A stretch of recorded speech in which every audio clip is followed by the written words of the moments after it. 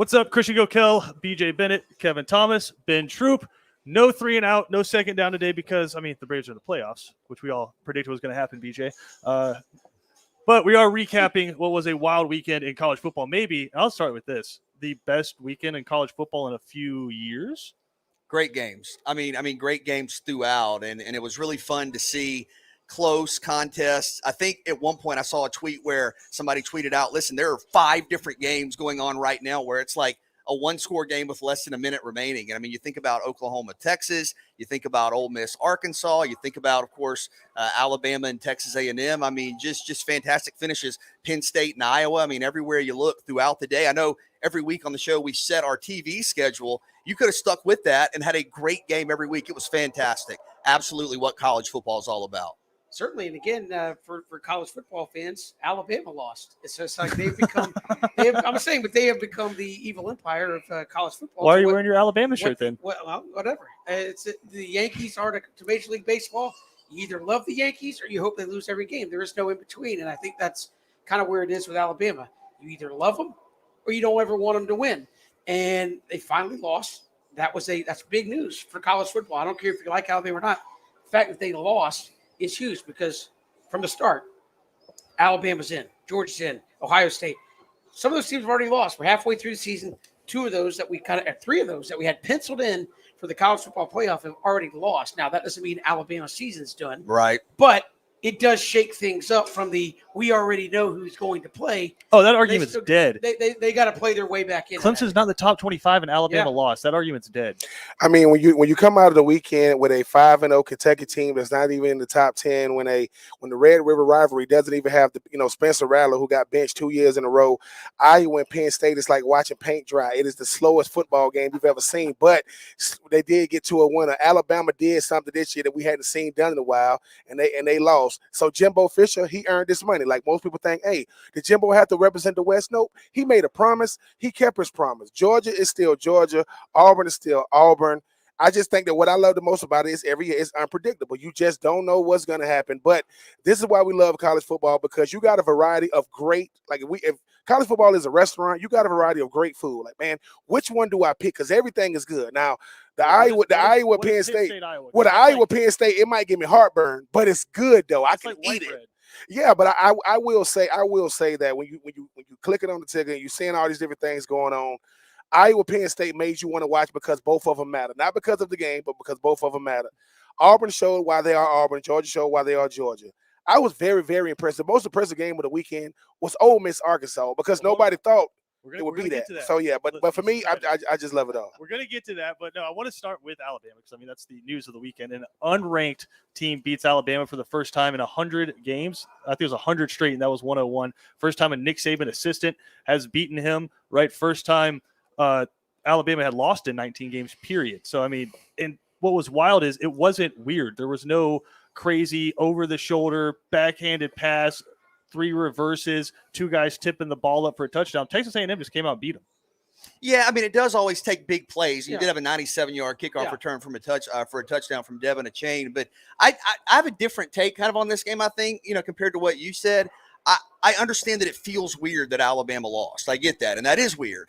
But in some ways, I feel like they're better positioned to win the national championship today than they were last week. And here's why. We've talked about this on all the shows. You lose in college football. It happens. And history tells us that once you start getting to, the mid-20s, the high 20s in terms of a winning streak, that doesn't happen. Only one team since 1972 has won 30 games or more in a row, and that's Miami in the early 2000s. So had Alabama gone undefeated through this season and played the extra games and won, we would have been getting to that point. And when you lose a game, you want it to fit a couple of kind of qualifiers. It needs to be to a good enough team that it's not viewed as a bad loss. Like if you lose to Mississippi State, fair or unfair, people will say that's a bad loss. Well, Texas A&M was in the top 5 last year and was in the top 10, right, at the start of this year. And you want to lose to a team where it doesn't derail you head-to-head towards making the conference championship game. Well, A&M, before beating Alabama, had already lost 2 games in the SEC.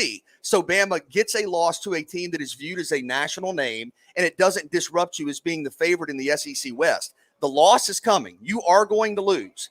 to go ahead and get that loss out of the way and kind of reset the math for you, I think they're better positioned to win the title now. And I'll say this, the last time Alabama lost to Texas A&M in the regular season, they won the national title. Well, I mean, hold on. The last time Alabama lost a midseason game, they won the national title. So Alabama normally rebounds from a loss by playing their best football. I think it's more likely they win it now. I mean, I agree that they were not going to win forever. I actually ran into an Alabama fan this weekend. He's like, man, that was tough. I was like, do you think you're never going to lose ever again? I was like, and the thing is, like, because Ben has said this, because you are Alabama, because you have that pedigree, you have the history.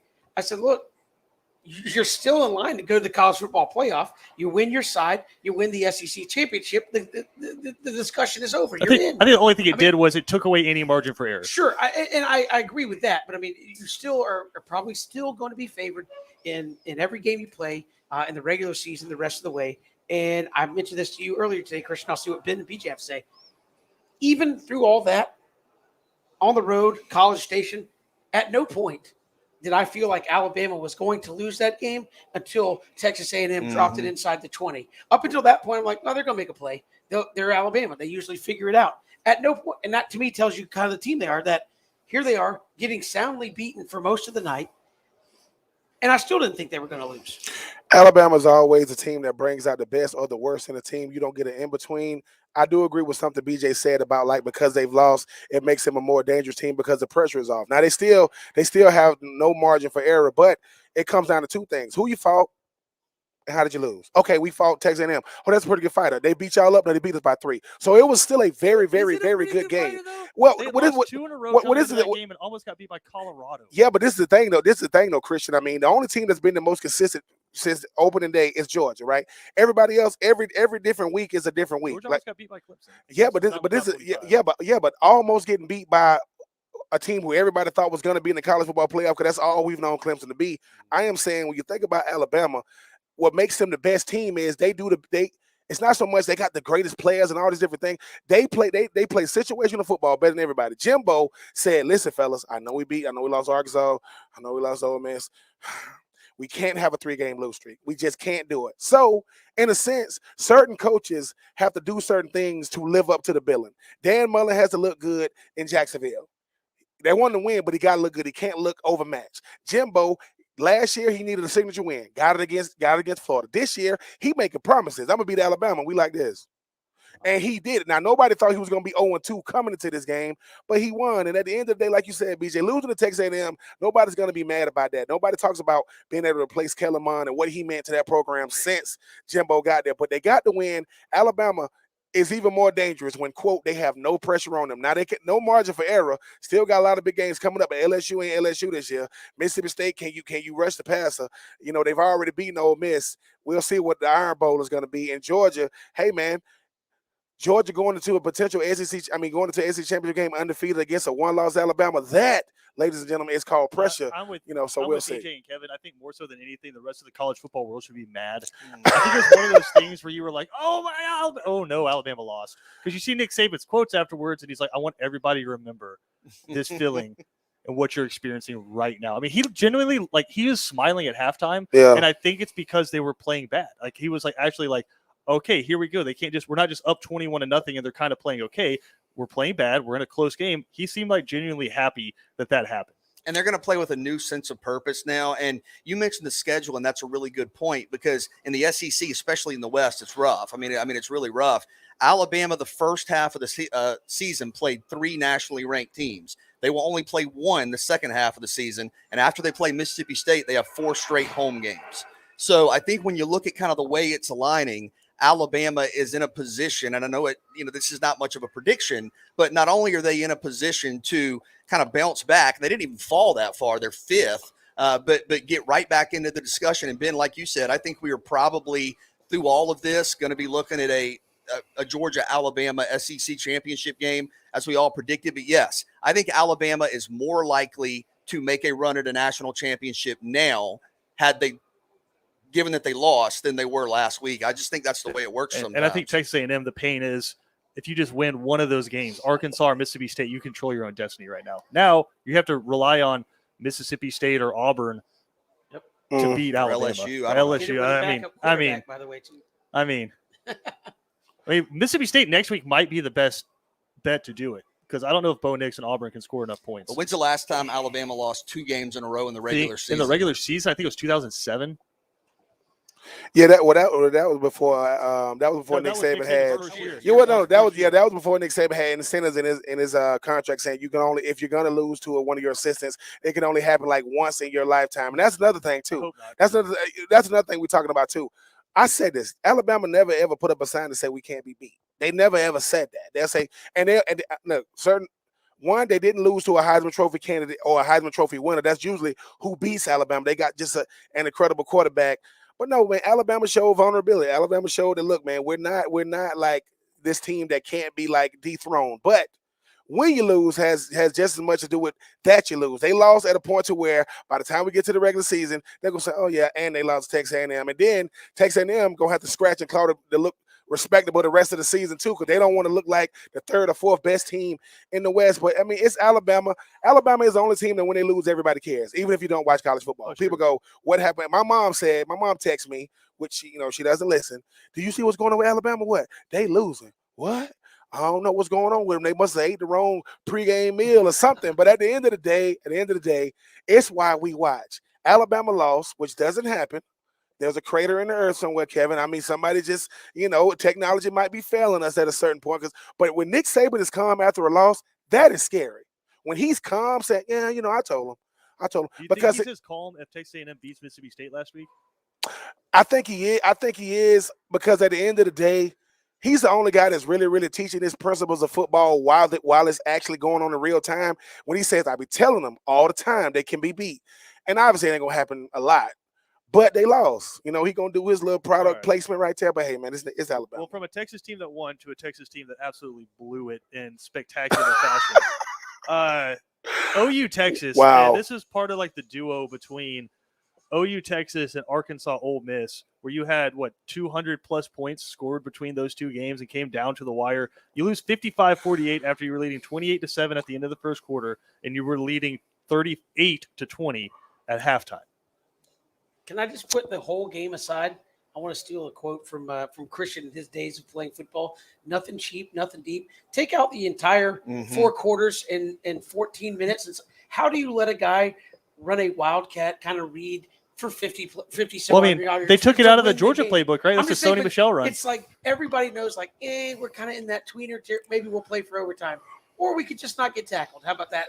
How do you let that happen in that situation? Is, to me, take all the other stuff, the comeback. All right, we're going to overtime. Just don't let this guy run half the field for a touchdown. I mean, are they just shell shocked at that point? Like, you can't tackle anybody. I don't know. I think it was. I want to say it was a safety. I think it was the far safety. It's one when you watching defense. Really, really good defense. Don't watch other guys make plays. And if you watch that last play, that far safety, he's waiting on somebody in front of him to initiate the tackle, and no one initiates the tackle.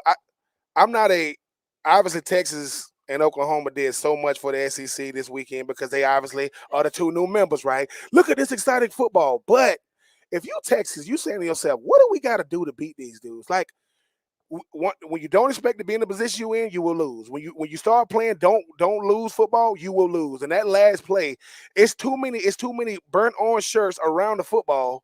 And the running back is expecting to get hit, and he's like, ain't nobody going to touch me. I'm going to take it to the crib. Oh, and by the way, you lost to a backup quarterback. Spencer Rattler got benched 2 years in a row. And so if the best quarterback ain't even on the field and you still lose, it might not be your time. So like Steve Spurrier said, Texas, man, you might as well come over to the SEC. I mean, you can't even win the Big 12. Come on over here and stick to them losing ways. Good brand. Yeah. But the brand of football, if you're a Texas Longhorn fan, I was going to hit up Vince Young phone, but, it was going straight to voicemail. Well, he was there, so maybe he didn't have great cell reception. But I mean, did we crown Spencer Rattler too soon? Well, yes. It's amazing how expectations are fluid, not only with Spencer Rattler, but go back to the preseason. Oklahoma was this top 5 team. They're going to be a lock for the college football playoff. Now they're still winning. They're undefeated. Right. They're still winning. But I think if you would have told some Texas fans at the beginning of the year, hey, look, you have a new coach coming in, you're resetting things. Oklahoma, this might be one of their best teams. You're going to be in a back and forth game that comes down to the end against Oklahoma. You go, wow, we're, way ahead of the way ahead of the building process, but because of the start you had, you now look at it and go, this is a catastrophic disappointment. And I don't think anybody would have viewed it that way at the beginning of the year. So whether it's game to game with programs, whether it's players, I mean, Spencer Rattler watched as Oklahoma came back and won that game. It changes. You bring that up, of course it changes. Preseason, Spencer Rattler, DJU, JT Daniels. Mm-hmm. That's your 3 Heisman Trophy guys. Are any of them a finalist right now? And I know Georgia's undefeated, but JT Daniels has missed about as much time as he's played for Georgia. So I don't think you could put him in that situation. You've had Stetson Bennett come in and play well. Spencer Rattler gets benched in the biggest game of the year for Oklahoma. And then you look at DJU, and Clemson's been a big disappointment. Offensively, they haven't been anything. So the preseason, 3 top Heisman Trophy guys have essentially not lived up to that preseason build. Preseason means pressure to me. And when you are a quarterback, they got so much on them. Sam Howell, not really getting it done. Spencer Rattler, not really getting it done. DJU, not really getting it done. And when you don't fit the natural narrative, people don't want to shift. No one wants to admit that our take was wrong, especially nationally. Oh, we thought he was going to be the guys. I saw Spencer Rattler in high school on Netflix on the QB1 thing, or whatever you call it. The kid in high school, he doesn't lack confidence. But when he loses, he doesn't think he's good enough. He thinks I'm good enough to where I can't be benched. Well, OU brand is not going to suffer because the guy who's supposed to be pushing the brand isn't pushing it. Now, they are undefeated, but how you got there matters just as much that you are there. So I know that the preseason is all about these quarterbacks. In a sense, a Heisman candidate to me is a guy that's elevating the status quo of his team. So you know who should be one? And Christian, don't get mad at me. Stetson Bennett should be a Heisman candidate, not because of the numbers. Have you been derailed? No. Is the offense better when he's in? Yes. Are they at more rhythm? Yes. Is he tall? No. Is he big? No. Is he the mailman? Yes. I'm just saying, maybe they look at the Heisman. Listen, he walk in the room and he look like the guy who's about to tell you this. Hey, DJU, who's about to come in? No, I'm Stetson. I'm one of the guys. I'm just saying, it's our fault. We crown these guys, BJ. Sam Howell, since he's been in North Carolina, he put up numbers. But I told you, BJ. But at least Sam Howell had a freshman year where you're like, yeah, wow. Yeah, like, but I'm saying this is the thing though. Do we value box scores when it comes to Heisman Trophy winners, or do we value impact? Because if it's impact, some of these guys gonna light it up as far as numbers. Who's been more impactful for their team this year more than Stetson Bennett? You tell me. Out of those quarterbacks, I'm saying. Well, what's interesting too is, and I understand stats, like you said, are kind of a frame of reference snapshot. It's like you look at a stat and it kind of helps you form an opinion. Mac Jones set a new single season passer rating last year. I think somewhere around 203 was his passer rating. That's the new mark for the FBS. Stetson Bennett's is around 206 right now. And I understand not all of that. I was going to say, can I quantify that? Yes. That's over a full season for Mac Jones and an all SEC schedule. He didn't have UAB on the schedule. Of course. That's why I'm saying it's for frame of reference. It just gives you kind of a statistical starting point. But I think what you draw from that is Stetson Bennett's done a really good job. And Ben goes back to preseason expectations, in our mind, and we all do it. It's okay. Sam Howell's going to have these numbers. DJU's going to have these numbers. Spencer Rattler, Matt Corral, whoever, whatever quarterback it is. And then you see the season play out, and some of that ebbs and flows a little bit. So I do think it's fascinating to watch. And I also think, and Ben, you've taught me this for a long time, and sometimes I'm stubborn when it comes to believing it. But for teams and for players, every game is just hitting the reset button. What you did last week might not matter, and I think we're seeing that with teams and players across the board. We got a comment here from Gene Clement saying, giving Stetson the Heisman is just giving him the trophy because he's the best quarterback on the best team in the country. Well, this is the thing too, though. I mean, I will push back and say this. I would say I think I'm not. But this is the thing. I'm not giving him anything. This is the thing. The thing that the role of a backup quarterback has the most pressure on him when you're on a team that matters. No one cares about a backup if the team don't matter. But when everything matters, because if that's the case, they recruited a guy in Carson Beck. Why would they play him? They recruited him 5 stars next year. Recruit Stetson Bennett like 3 times. But listen. Stetson Bennett was chilling where he was chilling. They said there's a coach on the phone for you. He said, who is it? He said his name is Smart, Kirby Smart. Kirby Smart's on the phone. Hello, hey man, listen, man, we want you to come back. Now this is the thing, Christian. I get it. Sometimes you don't look the part, but you the part. He don't look like it, but if he's not on Georgia right now, if Carson Beck is the backup to JT Daniels, are they undefeated? You don't know. That's all I'm saying. I look at impact. I think if Kevin's, I'm going to be honest. Kevin's the backup. Okay. Well, here's the thought. Carson Beck was there last year, wasn't he? Why ain't he playing? he was a true freshman last year. And they had a guy that wasn't even on scholarship that was starting. Stetson Bennett's been there since they went to the national I championship. will say this. Stetson Bennett doesn't get the benefit that everybody else does. Of course, me and Kevin can play for the Georgia team. Almost as long as Kirby Smart has. But what I'm saying is, when Stetson wins, it's the team. But if Stetson leads you to a win, well, it was Stetson. All I'm saying is Stetson Bennett got judged off of Alabama and Florida last year. Unfair to him because he wasn't even on campus before the season started because one guy decided to come and not play. The other guy was hurt.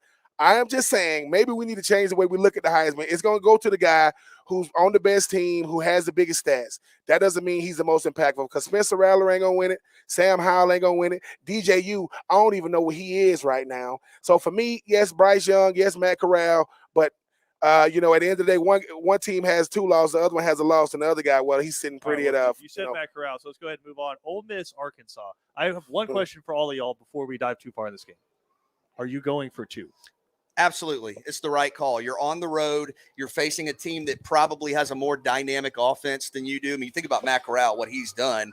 You are a team that traditionally plays a little more modestly in terms of not getting up to 50, 55 points. If you're on the road and the team you're facing has the better offense, meaning it's more likely statistically that they would score in overtime, you absolutely try to win the game from 2.5 yards out or whatever it is. That was 100% the right call from Sam Pittman.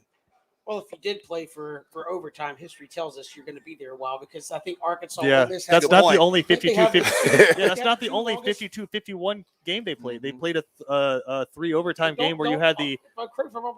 Arkansas and Ole Miss have like 2-6 overtime. You go back to the Eli Matt Jones game. Yeah, I think they played the 2 longest. That's a super underrated rivalry. Yeah, and again, I to me, it's a gut call. I think if you're in that situation. If I'm in a 56, 55 game, it's like, look, obviously nobody's playing defense right now. I got to take my shot while I got it. And I don't fault coaches for that. We will fault them in the aftermath, but there's something to be said for right here, right now is the moment I need to go win the game. And they didn't do it. I don't think you look at Sam Pittman go, made the wrong call, buddy. Well, of course we did. I can see that you didn't convert. But I think in the moment, the game is ours to be had. And sometimes – Ben, you probably been told this in your playing days. Sometimes you look at your guys and go, fellas, if we can't get 2.5 yards or 2 yards right now, we don't deserve to win this game. Let's go get it right now. And I'm sure Sam Pittman probably said something similar to that when they decided to go for 2. Fellas, we need 2 yards to win this game. Yeah, there was no hesitation. Let's get the 2, yeah. This is the thing. This is what I think happened in that game. I know the best coaches can foreshadow things. So to me, Sam Pittman, if he could, during that week, if he say, hey, fellas, if it come down to 2-point conversion, this is the play we're going to run. This is what we're going to do. And that way you get into the game. For people thinking I sound crazy, when people saw that James Harrison took, in a Super Bowl, took a freaking pick 100 yards, they practiced that during the week. He got a pick, and he had no blockers. He says, listen, during the game, if somebody get a pick, I better see 10 jerseys in front of him. 10 jerseys was in front of him. He took it 100 yards. Every time somebody don't make a play, people go, hey, man, they shouldn't have called that. No, these guys didn't think they were going to be there. When he says they thought he was going to do this, he says 2, we're going for 2. When the offense get to looking around, that hesitation, that's the difference in making it and not making it. So I'm proud of Sam Pittman because, number one, I'd rather have an aggressive coach than a hesitant coach anytime. Hesitation means you don't believe in your players. Aggressive means you do, meaning, hey, listen, fellas, we finna get this 2-point conversion. Now, down the line, one of the most dangerous teams moving forward going to be Arkansas because no matter what Arkansas does, we're going to think it's Arkansas. No matter what, we got to get out of that because this same Arkansas team, nobody judges people on losing to Georgia. That's not the barometer. Georgia going to beat the hell out of everybody. I hope don't beat the hell out of us, but they beat the hell out of everybody. I'm just saying that at the end of the day, I love a coach like Coach Sam Pittman because he is really a player's coach. You have the biggest offensive line in the SEC, maybe in college football. I don't know. Yes. I know you have the biggest offensive line because Sam Pittman does.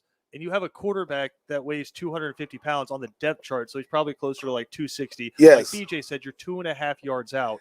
Why are you booting your quarterback to the right and trying to throw it? Because that wasn't their best play. They just called a play. If I got one play, I want to pull out a all goal playbook. Fellas, I ain't want to show y'all this. This got to be the best play we got. Christian, you know football like I know football. As soon as you see him boot, you going, why are you running away from the 2 yards? I need to go this way as fast as possible. Let me ask this, though. Was the design, because my thought was they're trying to basically create a more specified space and say you have two options. You can roll out and you can run with the ball, run it in, which sometimes works on a boot, or you can pass it. You cut. You don't. That's played fine, it really well. but the way Ole Miss plays defense is they kind of play the gate where it's just like they everybody lines up with their feet on the goal line, and you can't do that. Yeah. So like against that defense, it doesn't make sense. Maybe against an attacking Georgia defense where they're sending people into the backfield, and if you get outside of that, then you have that option. But the way Ole Miss plays defense, I don't think going outside the tackles was the way to go. I'm snapping the ball to him, playing 11-on-11 football, and saying I can get 2.5 yards. Listen, that is the best play for me. I would tell my quarterback. It's one of those things that when I'm calling the timeout, I'm looking at him. I'm saying, listen, man, I need you. I'm hitting him one of them, you know what I'm saying, Coach Boone, man, how many kids you had? I need something. And it's not like you're running Stetson. But this is what I'm saying about football is about the moments. That's your moment. Like, who cares? Listen, no one cares about the first quarter, second quarter, third quarter, fourth quarter, man. You got to make a play. All right.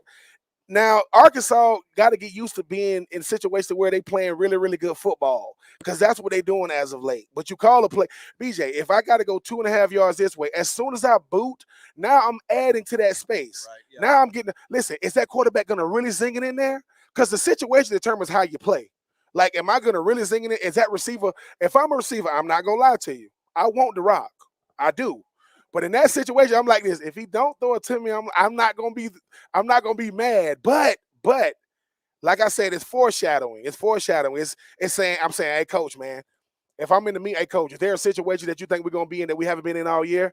He goes, we might be in a 2-point conversion situation. All right, if it's an onside kick, give me my best 11 with the hands team, not guys that can catch. My best 11. So I might have linebackers on there, tight ends on there, fullbacks on there. They lost because they called a play that cut off one side of the field. You don't cut off the field in the end zone. I want the whole thing. If I'm running that thing and that's my best play, I can live with it. But once again, Sam Howell in North Carolina lost to Clemson because they called a freaking option play. Have you seen North Carolina run an option since? They don't. Don't get cute. 2.5 yards. How much do you weigh? Did you weigh in this week?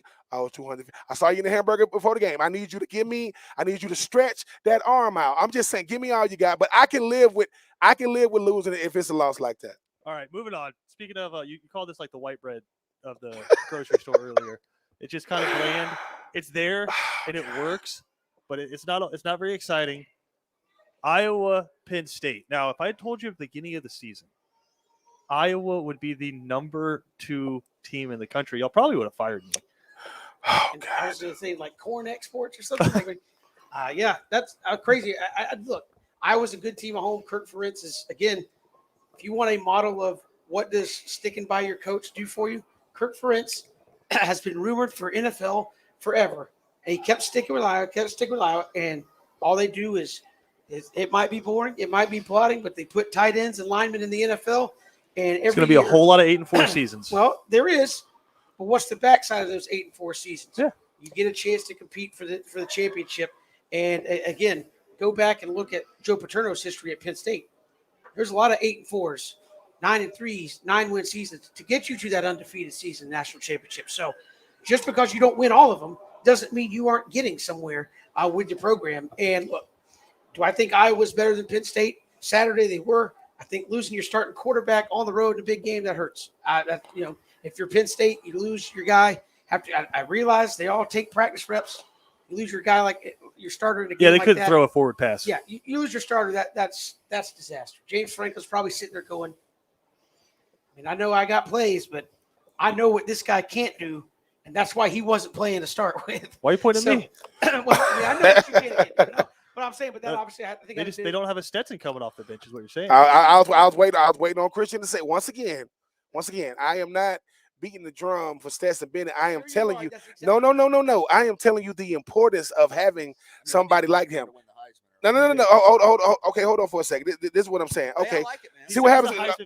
No. See what happens when you don't have one though. Yeah. Okay, when you go to your backup, right? Like if I'm on Penn State and the backup, that's my homie. But when they go, hey man, it started. He ain't getting down. We look at each other. Because I already know, think about when the whole offense goes to, all right, let's take everybody and put them in this little box. Everybody. Safeties come a little closer to the line. And let's get methodical. Because you know what Iowa could do? Iowa could throw. They're like, wait a minute, what? And the thing about enough.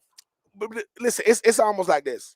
Iowa, to me, it's like Georgia Southern if they open it up a little bit. Because they're going to run it ain't the triple. I'm not saying that. But when they do throw it, look how much pressure. Them DBs of Penn State don't know what the hell to do. Wait a minute. They out here throwing the ball, coach. What you mean? Like the receivers are running at me and he's catching the ball. I'm used to running up the guys and making tackles. Guys wearing numbers like 25 and 26, not guys wearing numbers like 80 and 81. And that's what I'm saying. Iowa said, look, we're going to do what they do a little bit better than they do it.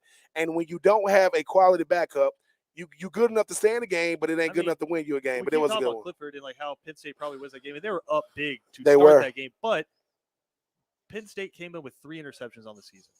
They had 4 in that game. I think Iowa in front of that home crowd. I mean, Iowa got some good DB. They know they have good DBs now. They might have the best secondary in the country. Yeah, and turnovers in big games. I mean, turnovers in special 4 teams. interceptions in a top 4 matchup. You cannot absorb that. But I do think to a certain extent this game was what we expected it to be. And I know a lot of talk about the offensive inefficiency, but I don't know what it is right now. But entering Saturday, Georgia was number 1 in the nation in scoring defense. Iowa was 2 and Penn State was 3. So I think on a big stage under the bright lights, those 2 defenses lived up to the expectations. And I'm trying to think, going way back, Kevin, you may remember that. Was it Brad Banks that led Iowa to the Orange Bowl? It's just like 15 years ago. They had a really good team. You remember him, Ben? And I know the one play that stands out for me from Iowa. I don't know if you ever heard of him. A guy by the name of Bob Sanders.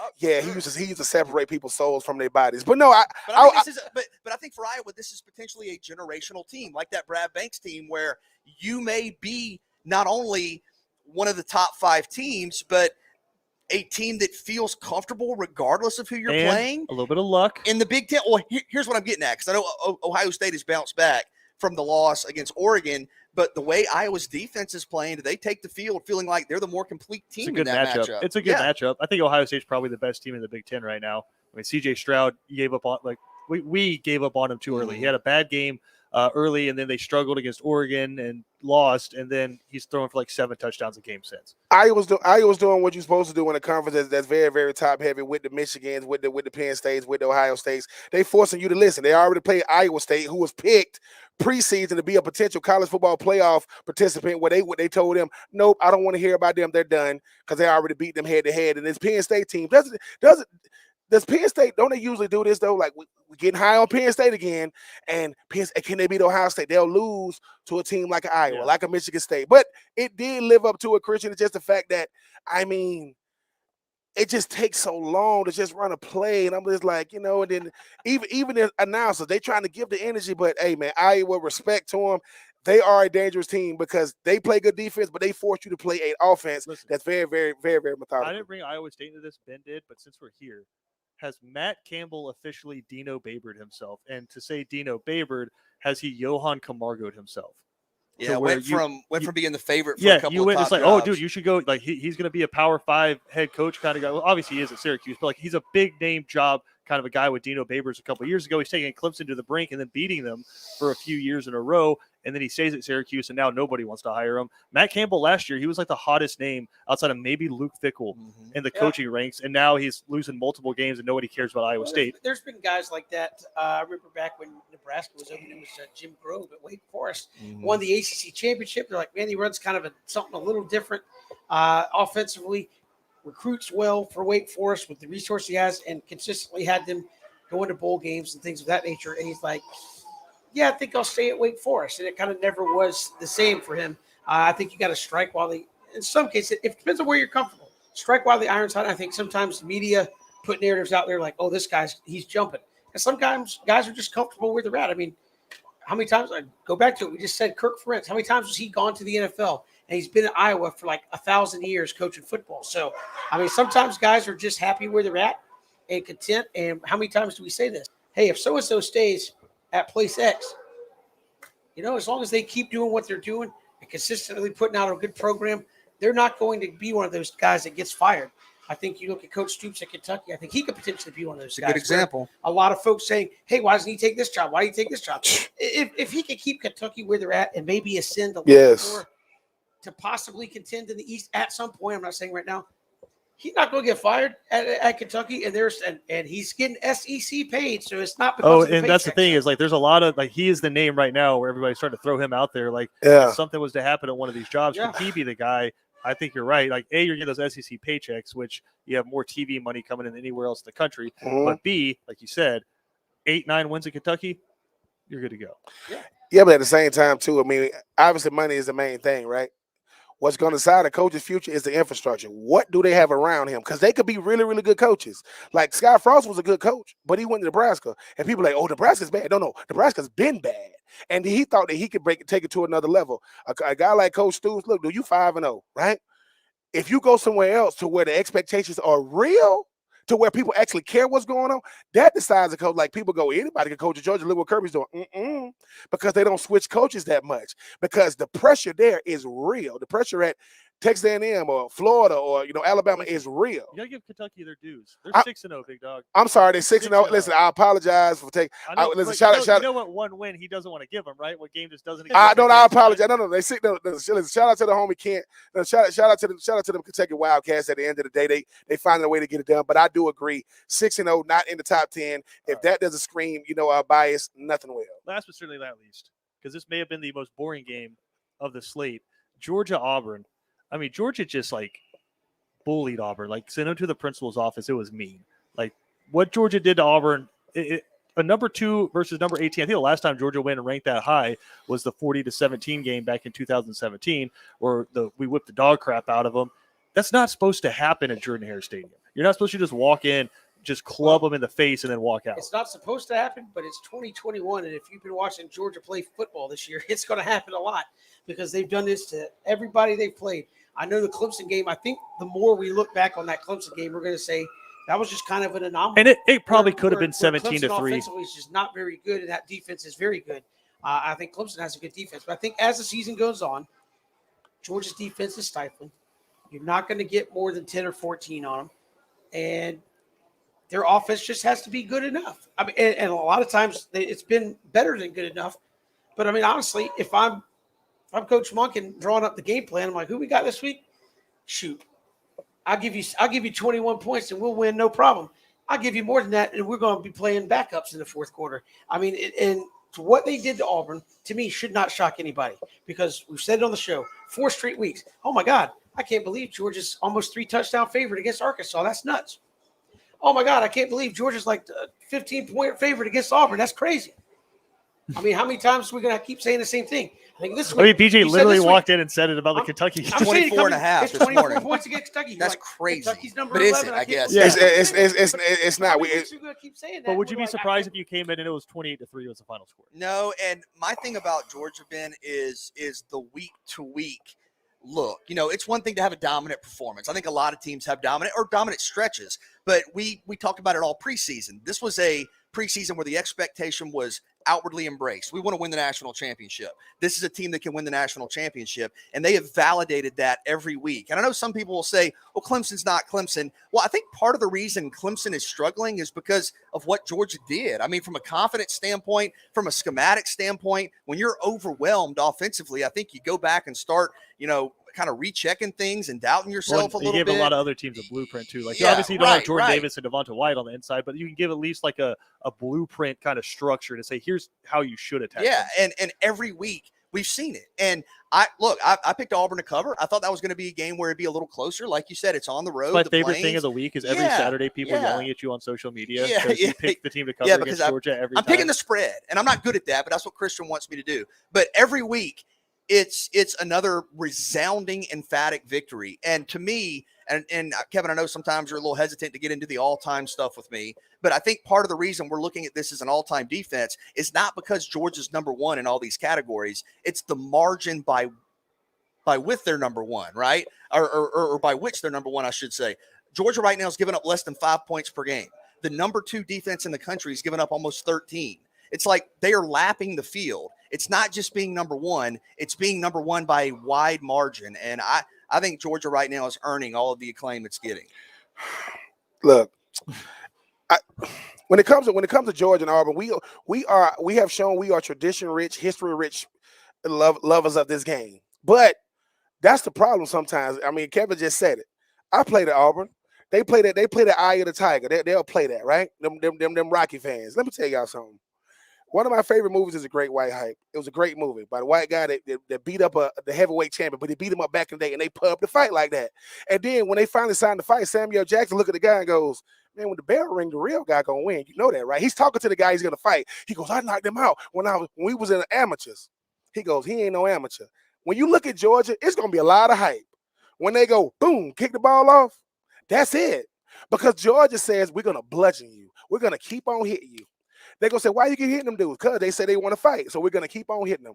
It was over when they kicked the ball off, because whenever you see Bo Nix running 150 yards to make a throw against LSU, but then we'll go, LSU, we thought it was going to win. No, they're not, because Kentucky showed you LSU ain't that good. When Auburn plays Georgia, Auburn get to say, hey, man, they did it. No, Georgia, only certain teams can match up with them, and Auburn ain't one of them, and that's what we got shown on Saturday. Auburn, they went out there and did all they could. Nobody. There are 3 people in America with the most pressure on them to look dominant. That is Kirby Smart, that is Coach Monken, that is Coach Lanning. Nobody has more pressure on them, especially with how they're looking, because they got to outdo themselves every week now. Because if Georgia gave up a touchdown, whatever, oh my God, they give it up. It's fine. It's fine. It was honestly a down performance. But I will say, I love the fact that Georgia's understanding what the goal is each week is 1-0. We're embracing the hate. We're embracing the pressure, but if somebody got to feel this pressure, they're gonna give out their pressure to the opposing team. But no, man, Georgia is impressive, man. It don't mean if Auburn ain't good. It just means when good meets elite, it looks a certain way. Did it look? One team looked elite, and the other team. This is the thing. We talk about what Stetson did, right? Stetson's on a really on an elite team. Yeah, I bet you Bo Nix played for Georgia. He probably wouldn't even play. I'm just telling y'all the truth. I want to get to that in a second, but there's a couple things for this game, like 2 freaky athletic moments. The first one, I don't know how much of this you watch, but Darnell Washington catching that pass over big number 0. It's weird looking to see a guy that big playing the tight end position. Man, look, Georgia is redefining. Y'all got y'all 2021 version of Leonard Pope, just a little bit bigger, a little bit taller, a little bit more athletic. Y'all getting kids from Las Vegas now.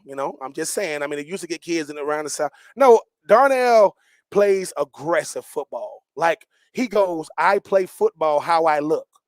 Like, when I catch the ball, I'm not running away from guys. No, I'm looking for contact. I want you to feel this. I want to lay this 260, 265 on you. Plus, I want to show that I got some moves. So plus, his counterparts, Chris, I talked about him, last week. When your best competition come from within the room, each tight end in a tight end room should not have the same skill set. Each guy should be different. If I got 4 guys, they shouldn't look the same. They shouldn't play the same. That way, when they're out there, this is what he does. I put him out there. I said, throw the ball to big number 0. What is he going to do? He's mad. He's mad at the fact that he's been hurt. He's mad at the fact that he ain't been a part of the success.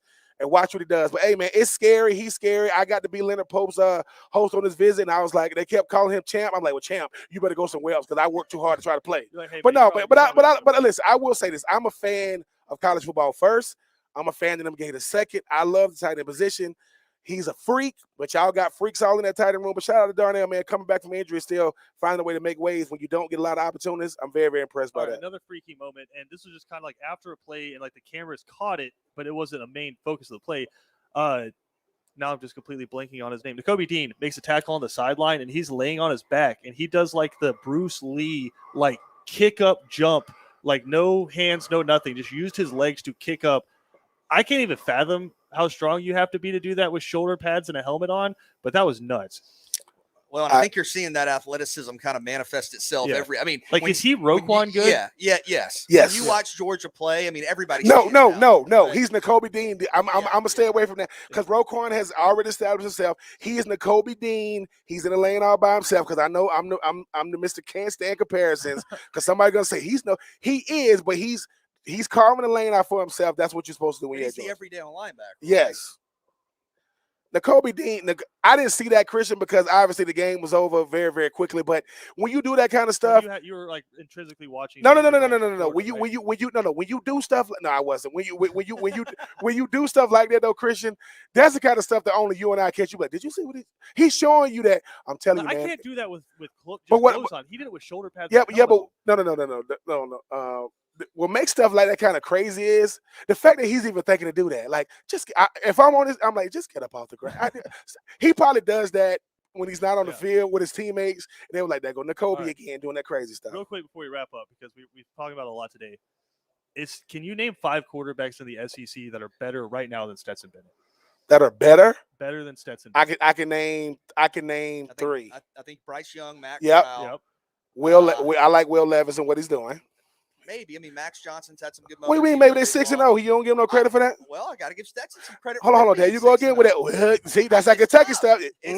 No, Will. But do you really feel comfortable saying Will Levis is a better quarterback? Yeah, than I mean, Bennett? look, I like Will Levis is doing a great job. I think. Well, hold on. We will find out this weekend. You talk about the Heisman. Chris Rodriguez needs to be. I would say this.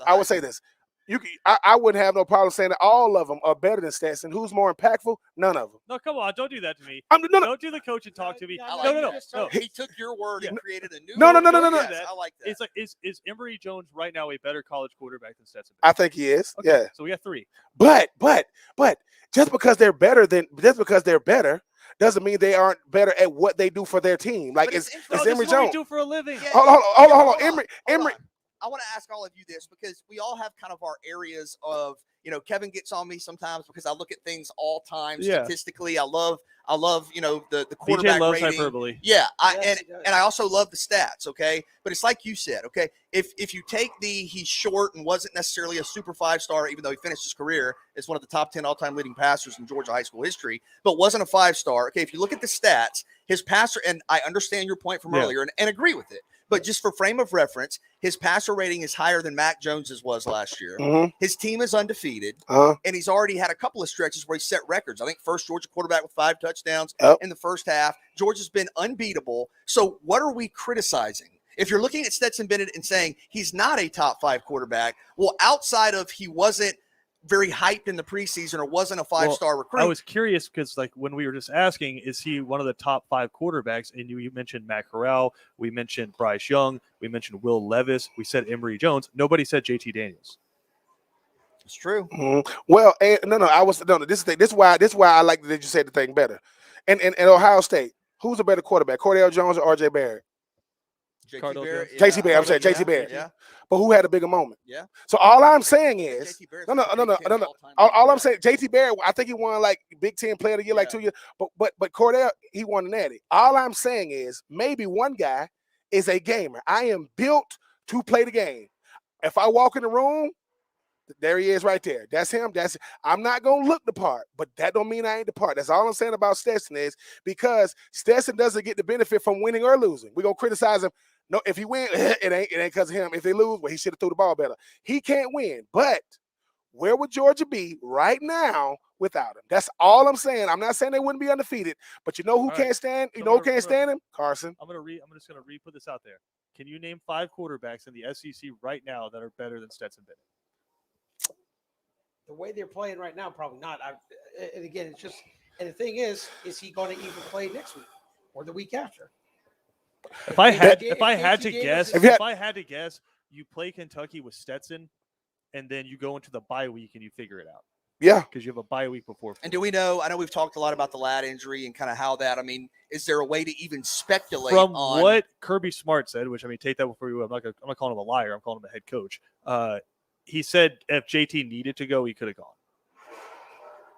So you're banking on can you beat Kentucky without him? Basically, is what you're saying. Yes, and I think, I'm kind of with Kevin, where it's just like I'm not taking anything away from Kentucky. They've had a great start to the season. I think Georgia could probably put their defense out there and then punt on first down every time they got it, and maybe win that game. It's probably true. And again, I think I think the reason you want to say people doubt Stetson is there's a couple of performances in big spots. I know we came in the SEC championship game and it was a little shaky in maybe a series by thinking wrong. Yeah, but no, it was Alabama and Florida that I think a lot of people. And the offense was. I mean, hold on. But is that fair for him though? You're gonna judge Stetson Bennett, a guy that wasn't even on campus. Who Jamie Newman leaves. JT Daniels is hurt, so he got I can't even remember DeJuan. I can't remember the other.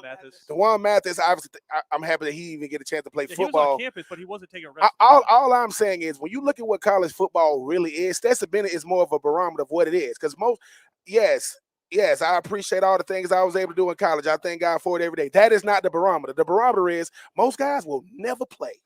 Never. Well, let me just ask this simply, because if he's 6'4", 215, is the conversation different? Yes, it's different, BJ, Well, yeah. because how you listen. Same numbers. The same great Ben performance. Hartsock said this way: when you're 6'5", 250, you got to prove you cannot play. When you are under 6 feet to play quarterback, you have to prove you can. Stetson, Stetson either a hat or a fragrance. The young man can play. Call him what you want. Stetson Bennett, shout out to the young man. He is what college football is all about. And Kirby Smart, regardless of how this season ends up, whenever he goes into the College Football Hall of Fame, Stetson better be somewhere in the crowd saying, Stetson, I appreciate you, man. I really do. I'm just saying, I mean, at the end of the day, you need somebody to make sure that we can still have everything we decided before the season during the season. Because you said if Stetson couldn't go, JT could play. Well, if Stetson couldn't go, why don't they play Carson? I'm just saying. That's the guy you recruited. It's going to be interesting. But again, just a quick update for Kevin. 0-0, top of the fourth here in the NLDS. So we'll let Kevin get back to that. We appreciate y'all hanging out with us here. We're going to go watch the Braves 3 and out and second down are back tomorrow.